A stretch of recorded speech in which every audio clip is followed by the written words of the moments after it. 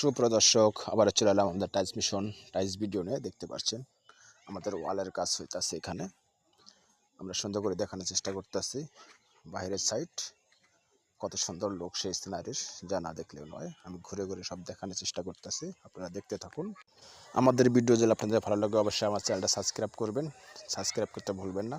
আমাদের কাজ আপনাদের ভালো লাগে অবশ্যই আমাদের সাথে যোগাযোগ করবেন। আমরা এরকম কাজ সার্ভিস দিয়ে থাকি শুধু দোহার নবাবগঞ্জ, ঢাকা।